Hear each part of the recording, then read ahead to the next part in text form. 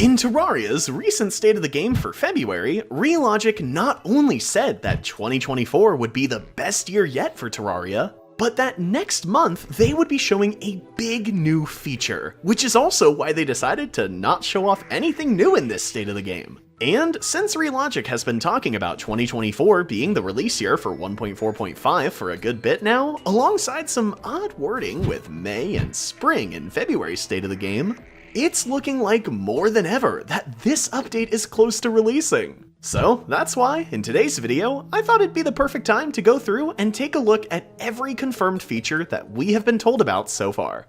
The first thing that was announced, alongside the 1.4.5 update, was an official collaboration between Dead Cells and Terraria. And since that announcement, we have gotten a little bit more info on what'll be coming out of this. Firstly, we know that we will be getting Mushroom Boy as a summoner minion, but that won't end up being the only Dead Cells weapon, as Red has already confirmed that he wants a Dead Cells item for each class, with this one most likely being the Summoner's one. Besides that though, we have this picture that shows off a few things, with the obvious one being the jars that can hold items, which is something from Dead Cells. But there's also a new pickaxe the player is swinging, a new jug of purple liquid on the ground, and finally, a vanity set based on the Beheaded. There's also a new item in one of the jars, but we actually got to see it in another video, and found out it's not related to the Dead Cells collab at all. So I'll cover it later on in this video alongside the other new items. Arguably, the biggest feature in this update that we know about so far is the ability to combine secret seeds. This will let us make up to 128 total seeds, and some of them will create totally new experiences,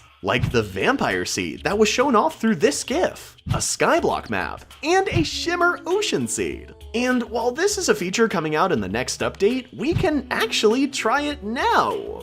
Kind of. Back at the end of 2022, Red decided to release a custom map through Chippy using this feature for the Jingle Jam charity event. The map was a mix of For the Worthy, a modified version of the No Trap Seed, the Celebration Seed, and finally, the Drunk Seed. But it also has a special feature of half of the world's liquids being shimmer, including one of the oceans. Chippy ended up putting this map up on his Steam workshop for a bit, but he eventually privated his entire Steam for personal reasons. Because of this, I re-uploaded an untouched version of it myself to my workshop. And I also have the world file in my Discord server, so that way mobile users can also play it as well, which you can find linked in the description. Aside from the combo secret seeds, there are two other features that are a pretty big deal, which are spectator mode and hoppers. Right now in Terraria, if you die in a multiplayer world, it'll act exactly like it does in single player, where it freezes your camera and makes you wait for a countdown timer to finish. But with spectator mode, that won't be the case anymore. Instead, you will be able to switch between the different players in your world until you eventually end up spawning back in.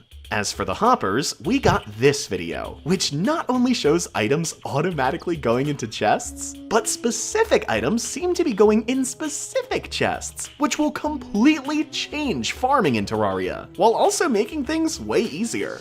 There's a really good chance that these hoppers will either be an item we put on the chest or a wire-related item, but we don't know for sure as the video didn't show us. So that's why I grouped it up here instead of the section with all the new items, which is what we're going over next. So far, the thing we have seen the most of from 1.4.5 is the massive amount of new items. Starting with Chicken Bone's developer armor set, which was shown off in this video and fits in incredibly nice with the other developer sets. And along the same lines, we also got a ton of new paintings from different community members. Also, I want to give a quick shout out to Waasephi, who's a creator of one of the new paintings, but he's also a Terraria YouTuber who has a great playthrough in the works right now. So I'll have their channel linked in the description in case you want to check them out. Those aren't the only new paintings we'll be getting though, as we will also be getting a second r/place painting, which will go along great with the first one. We also have the long-awaited Moon Lord shirt. So now we can finally wear a full Moon Lord vanity set. After that, we have the Shimmer Gun, which will finally allow us to change our NPCs into their Shimmer forms without making a mess with Shimmer.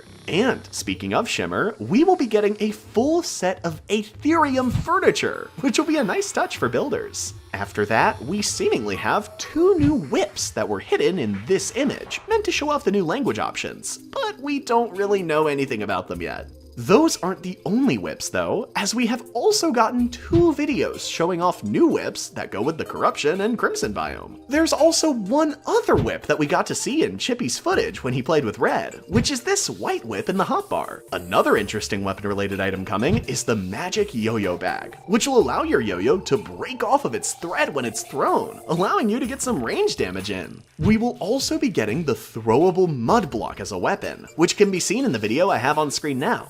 Going back to the evil biomes now, this update will also be adding in a feature to place altars ourselves, which will definitely be nice for crafting a few things. Then we have 2 new mounts that completely turn you into the mount itself, with the first one being a T-Rex on the ground and a pterodactyl when flying, and the second mount is one that'll turn you into a bat when you try and fly. But this could also just be an accessory item that turns you into a bat under certain conditions, like night. We just don't know at the moment. Another 2 useful items we'll be getting are the boomerang that can cut down wood, and the pet that can also cut down wood, which should make that process much faster. We also got to see another new pet and critter, which are the pufferfish and a pet version of it, with the pet version changing form depending on if it's in the water or not. Then there's this frog and heart accessories, but we don't know their names or what they'll be called. We also have the warding stress ball, which was added to make things like farming easier. And finally, for the last 1.4.5 item that we know about so far, we have the TV, which may not seem too crazy at first, but it's actually a monolith that will apply a CRT effect on your screen when turned on. For the next section of this video, let's go over all of the changes coming in this update, starting with all of the redesigns. In this update, a ton of the game's sprites have gotten an upgrade, like the banners, boss trophies, the sun, the slime staff minion, and a few other things as well.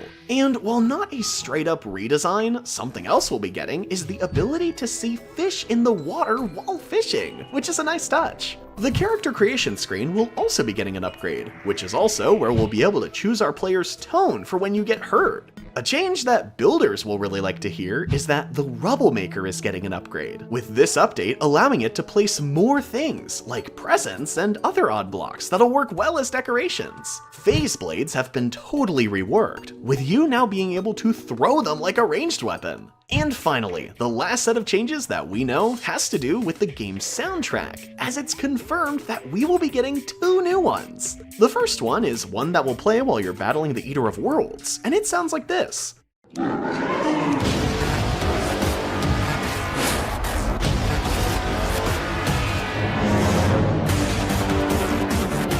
other new soundtrack is for the twins, and it sounds like this.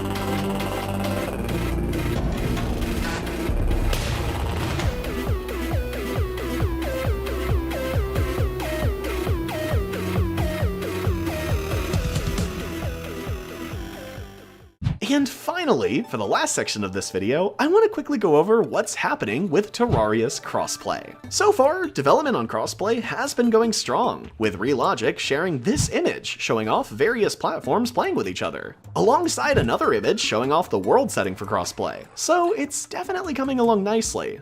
But Relogic has already confirmed that it will be something that comes out after 1.4.5. This may seem like a bummer at first, and an odd decision since they're making 1.4.5 out to be an insane update. But it makes sense once you realize that the ability to crossplay isn't solely up to Relogic, as all of the platforms, like Xbox and Nintendo, also have a say in it, which is actually why it took so long for Minecraft to get crossplay. Regardless though, crossplay is for sure in the works, and it'll hopefully be here shortly after the next update drops.